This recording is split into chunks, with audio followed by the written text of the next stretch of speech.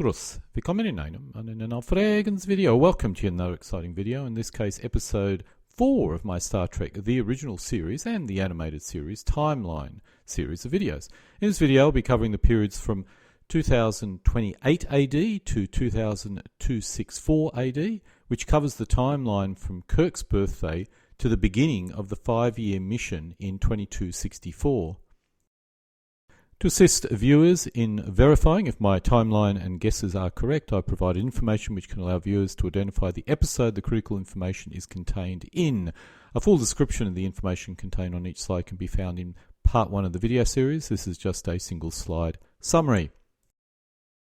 When Gene Roddenberry created Star Trek back in 1966, he had a vision which remained basically consistent over the following 3 years. The animated series and early movies retained this consistency in the most part. When The Next Generation was released in 1987, Gene's vision had changed a lot, and the past needed to change in order to be consistent with this new vision. This video series will look at the original vision of Star Trek. If Spock had died 30 years ago in the episode Yesteryear, then Spock is 37 years old, which means he was born in 2229 AD or 2230 AD. This means Spock is younger than Kirk by possibly 1 to 2 years. Spock dedicated himself to Starfleet in 2247 AD, which means he would have been 17 or 18 when this occurred. This is rather young, but if Spock was 18, it's probably possible. Thus, in 2229, it probably 2229 is the more reasonable birth date. Otherwise, if it's 2230, he's 17. Memory Alpha claims he was born in 2230. This is based on a deleted scene from the Star Trek The Motion Picture. The movie comes after the animated series, so I would have to assume the animated series is the more accurate source. Nonetheless, it's either 2229 AD or 2230 AD, and Spock is definitely younger than Kirk. In the episode Journey to Babel, we discover that Spock was tormented by his schoolmates when he was 5 years old because he was a half-breed. Not very logical. I'm uncertain what year that was, but it was likely 2235, as I'm moderately certain Spock was 7 in 2237. In the cage, we discover a survey ship. The SS Columbia was exploring the region around the TOS star group 18 years prior that episode. The best guess is the episode occurred in 2254, so the SS Columbia was lost in 2236 in the TOS star system.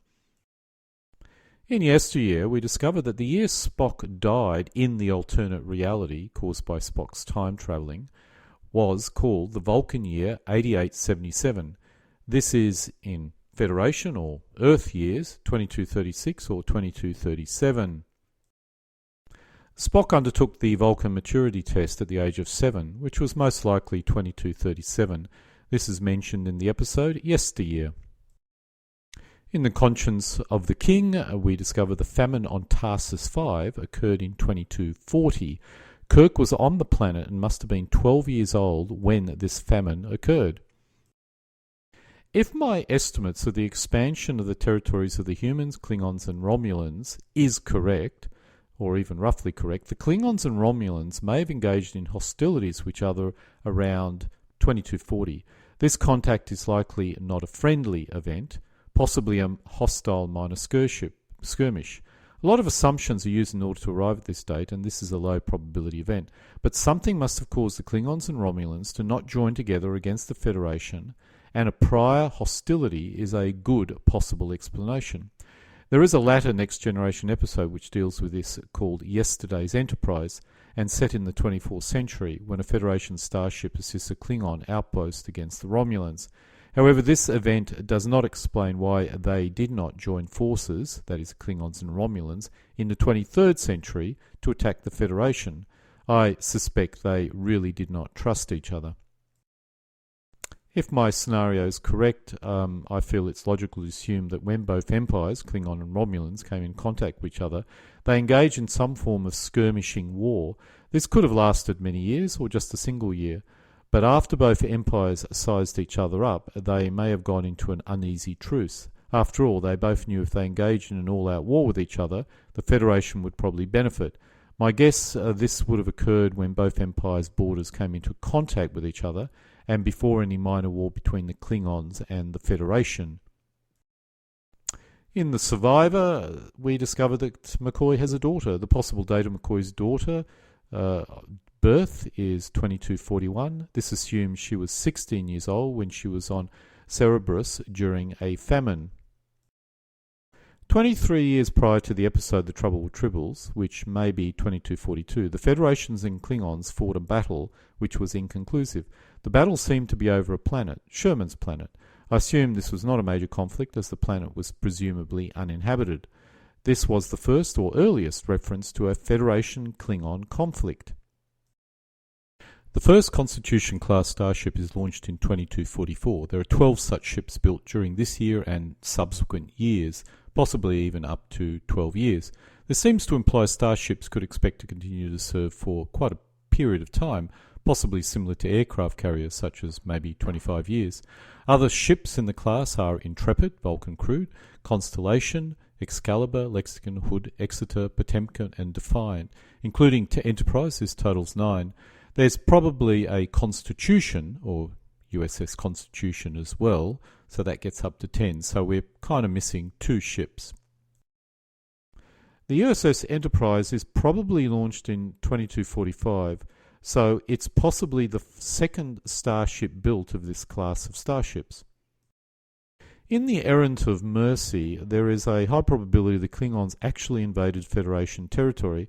Kirk claims in Errant of Mercy the Klingons have invaded and killed Federation citizens.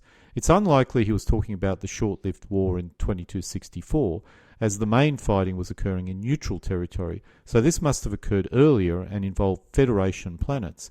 The conflict in 2242 did not involve inhabited planets, so it's probably not that, although this could have been the trigger to start a Cold War between the Federations and Klingons, and some other conflict occurred in the interim period between 2242 and 2264. Any Klingon invasion of Federation space cannot have been major for a number of reasons. The first is if the Federation was engaged in a major drawn-out conflict with the Klingons, the Romulans would have taken advantage of this.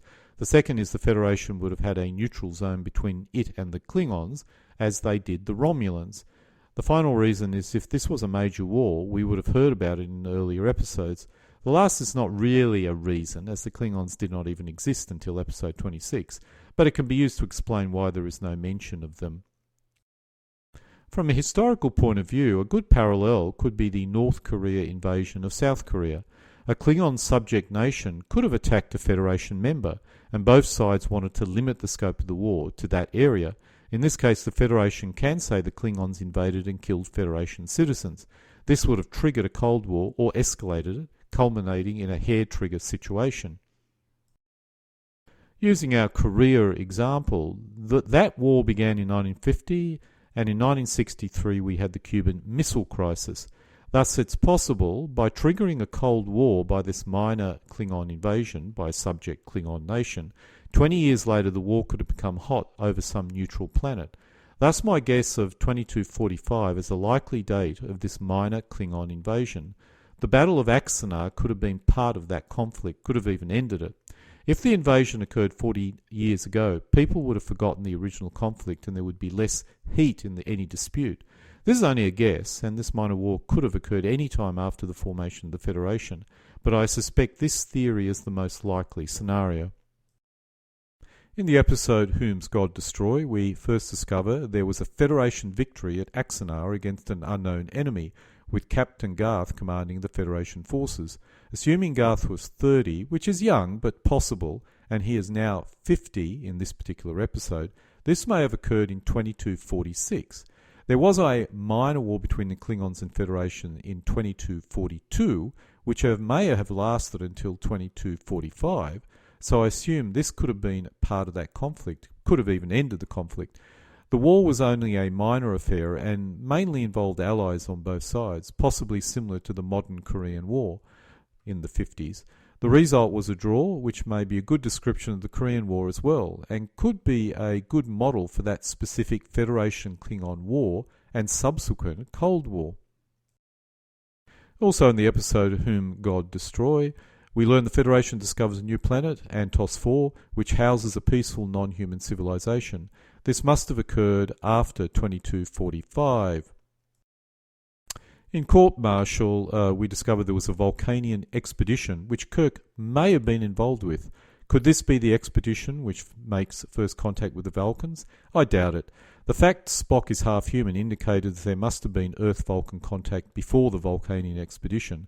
Most likely it was the first Earth-specific expedition to Vulcan, but that the Vulcans had made contact with Earth before Spock was born, that is, the Vulcans came to Earth well before this. It seems reasonable that Vulcans were in close contact with Earth well before Spock was born to allow Spock's father to meet an Earth woman and marry her. It's also likely the Vulcans were foundational Federation members, which was founded prior to this date. I now believe the Vulcanian expedition had something to do with the first contact with the Klingons, which may have first occurred in 2240, perhaps forming a tighter military bond between Earth and the Vulcan, and perhaps one result was a fully Vulcan-crewed starship being part of the Federation. In the episode Journal to Babel, we discovered that Spock had a disagreement with Sarek 18 years ago, when Spock devoted himself to Starfleet and Sarek was not too happy about this decision. This would have occurred in 2247. This is the same year as the Vulcanian expedition, which Kirk may have been part of. I wonder if there was a connection. I doubt it. Spock reported to Pike from 2252 onwards. It's possible he began his Starfleet study in 2247, which means he rose rapidly in rank. It's also likely his studies ended in 2247, giving him 5 years to gain the rank he assumed when he reported to Pike. This makes it rather tight, but we've got to try and fit a lot of activity in a fairly short period of time. Whatever the reality is, he rapidly or very rapidly rose in rank. On the other hand, this is not implausible. You have to remember that Kirk rose very rapidly in rank as well. I think in his case, he was only in the Academy for 3 years, and that was considered a record. Spock may well have matched that particular record or even exceeded it. In the episode The Enterprise Incidents, Spock tells the Romulan commander he had been in Starfleet, or had been a Starfleet officer for 18 years, which means he joined Starfleet in 2248. An earlier source indicates it's 2247. This difference could be caused by the confusion around the current year of the episode in question. It's either 2247 or 2248. In the episode Shore Leave, we discover Kirk had a girlfriend called Ruth. I mean, he had lots of girlfriends, but there was a specific girlfriend called Ruth, and this occurred 15 years prior. As Kirk seemed to have an endless supply of girlfriends in the series, I'm not really very surprised at this. According to the episode Albatross, McCoy was on Dramia 19 years prior, where he was involved with a mass inoculation. This would have been in 2249. Charlie, from the episode Charlie X, was marooned on Thasus for 14 years, which means that he was marooned in 2250. My guess is Kirk entered the Academy when he was 21 in 2251. Kirk then graduated in 3 years and served on the Farragut under Garavik as a lieutenant until Garavik was killed in 2254. In the episode The Menagerie, Part 1, we discover Spock served for 11 years, 4 months and 5 days under Pike. If Spock was with the Enterprise when Kirk took over, then Spock served with Pike from 2252 to 2263. It could have been from 2251 to 2262, and there was a gap of 1 year while the Enterprise was refitted. After all, Spock must have had some time to interact with at least one Earth woman, who apparently fell in love with Spock. If Spock served with Pike for over 11 years, that means the missions, perhaps 2 5-year missions, started in 2251 and ended in 2262. This means the mission to Talos must have occurred in the first year of the first mission. I suspect the true dates were 2252 to 2263, but either time ranges are viable. In the Menagerie Part 2, we discover the Enterprise was the only Federation ship to visit Talos 4. That's actually not true. There was a ship that crashed on Talos 4 earlier, but let's put that to one side. This mission occurred 13 years ago, which actually, when we look at the Menagerie references, makes no sense, unless the Enterprise had a major refit which took at least 2 years. The current year was likely 2264, which means 13 years prior was 2251. If we play around with exact dates, there could have been a gap of only 1 year which explains why Kirk never met Pike. So it's not impossible, but it requires a little bit of moving the dates around.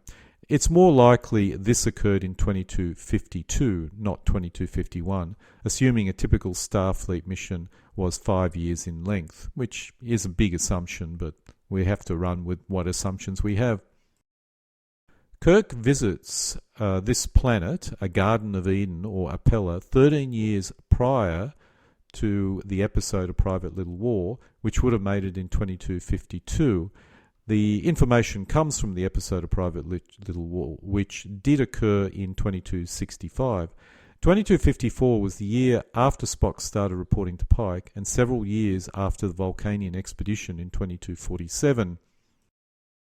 This information comes from Memory Alpha and not the original series episode. Construction of the Nebula-class starship started between 2363 to 2367. The Farragut, which is the ship that Kirk first served under, was a Nebula-class starship. This cannot be correct and probably comes from a later revision required by the Next Generation rather than part of the original series timeline. Based on the original series, if we assume the Farragut was the first Nebula-class starship built, then the latest it could have been commissioned was 2254. I personally feel this is far too late as well, and it was probably commissioned earlier. If the Constitution-class starship was built at a rate of 1 per year, its building program would have lasted from 2244 to 2256.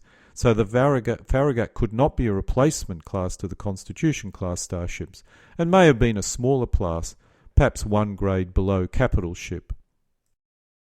Going to my guesses, Kirk entered the Academy when he was 21 in 2251, graduated in 3 years, and served on the Farragut under Garrovick as an ensign until the captain was killed in the same year, 2254.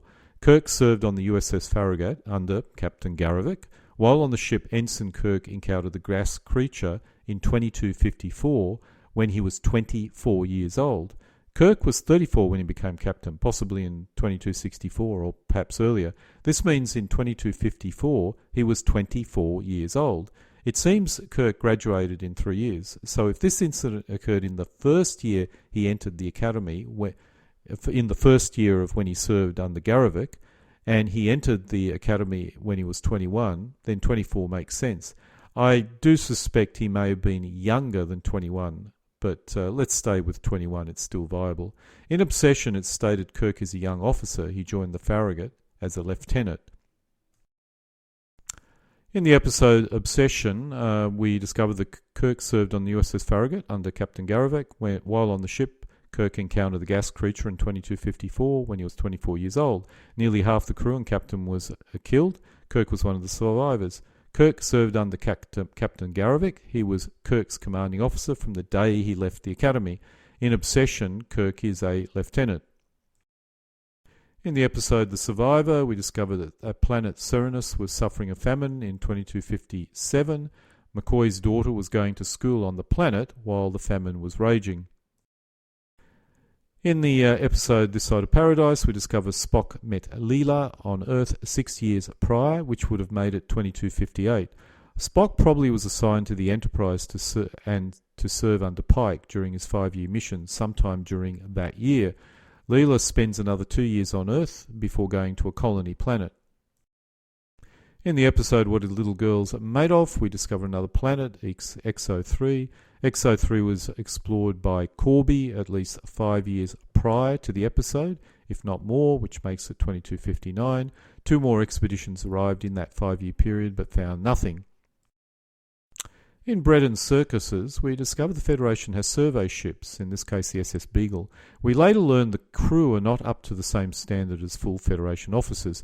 This does seem odd, but the script says so, so it must be true. The crew consists of 44 men, and the captain was Captain R.M. Merrick, who Kirk knew at the Academy. Merrick joined the merchant fleet and must have ended up in the survey team, so I'm assuming this survey ship is surveying for economic reasons and is part of the merchant fleet. The Beagle was destroyed 6 years prior to this episode at Planet 4, Star System 892, which is 2259. In the episode Bread and Circuses, we discover a new planet, Planet 4, Star System 892. It's discovered in 2259, but not explored again until the Enterprise arrives 6 years later. The planet has a Rome-like civilization on it. According to Memory Alpha, Deneb 5 joined the Federation in 2259. Deneb 5 is first mentioned by Mudd in iMudd. It's unclear if it's alien or human, but Memory Alpha compromises and states the planet is occupied by both species, which seems reasonable. I expect the original species were primitive, allowing the humans to co-occupy the planet, as well as colonies. At least one other planet, Deneb 4, is in the system. In the episode The Survivor, we discovered that there is a chap called Carter Wilson, who is a very famous person in the Federation. He crashed on a quarantine planet called Vendor in 2262. He died the following year. Based on my analysis, this probably represents the Federation Romulan borders in 2260. The yellow line represents the midpoint between the empires. The box in the middle actually comes from an episode, and this whole map is based on that episode map. This is a side view of the two spheres of influence. The galactic north is at the top. The Klingons are probably at the bottom between the Federation and Romulans. In the episode This Side of Paradise, we discovered that there is a colony called Omicron Ceti 3, which is a Federation agricultural colony. The colony consists of 150 colonists. It took 1 year to get to the colony, and it arrived, or they arrived, in 2261. As it turned out, the colony is bombarded by a deadly form of radiation, which makes it unsuitable as a colony. In the episode Journey to Babel, we discover that Spock has not seen his parents for at the last 4 years, which means he must have gone to Vulcan in 2261. Perhaps this was the year the Enterprise was being refitted between Pike and Kirk, although this was likely in the middle of a 5-year mission, so that may not be likely. So perhaps the Enterprise was just going past Vulcan and he dropped in. Ingraham B is the first Federation planet affected by the alien single-celled creature described in Operation Annihilate. This occurred sometime before 2262. Ingram B is probably a very small Federation outpost colony designed to support the investigation of the 3 other civilizations destroyed by the alien creatures. It was probably about 700 light-years away from Earth and well outside Federation space. By 2262, the alien creatures had taken control and had sent the sole interstellar spacecraft to the closest Federation planet, which at that time was called Deneva. The mining planets may have been closer, but they probably lacked enough people to act as an enticing host to the single-celled creature. In the alternate version of history caused by Spock's travel through time, described in the episode Yesteryear, Thalen, the Andorian first officer, had been first officer for 5 years, which means he joined the Enterprise in 2262. When Spock reversed this change, this event no longer occurred, and I don't know what ever happened to poor old Thalen. In the episode Operation Annihilate, the spacecraft from Ingram B, which was populated by single-celled evil creatures, arrived in 2263 and began to infect the inhabitants of Deneva. The alien creatures achieved control of the entire planet in the following 12 months, but the arrival of the Enterprise stopped them. In the episode Patterns of Force, we discovered that a chap called John Gill arrived on a planet called Ecos, possibly in 2263, maybe even earlier, and because of him, the Nazi movement starts on Ecos. Xeon, another planet in the system, had sent people to assist Ecos, but now find themselves being persecuted. The technology of Xeon has been used to create a space fleet. Based on information from the Menagerie Part 1, it's likely Pike was injured in the first year of the Enterprise mission, perhaps 2264. The former captain of the Enterprise, Christopher Pike, had been badly injured in an accident on an old Class J starship. Clearly the starship have a class nomenclature and the Enterprise is a more current starship, perhaps. The Enterprise is supposed to be a Constitution class, so the naming convention may have changed, or the Class J starship is a smaller, more numerous type. Harry Mudd had a Class J cargo ship, so there may be a link there somehow. And so we come to an end of episode 4 of my Star Trek, the original series timeline, in this case covering everything from 2228 to 2264. Alle guten Dinge kommen zu einem Ende.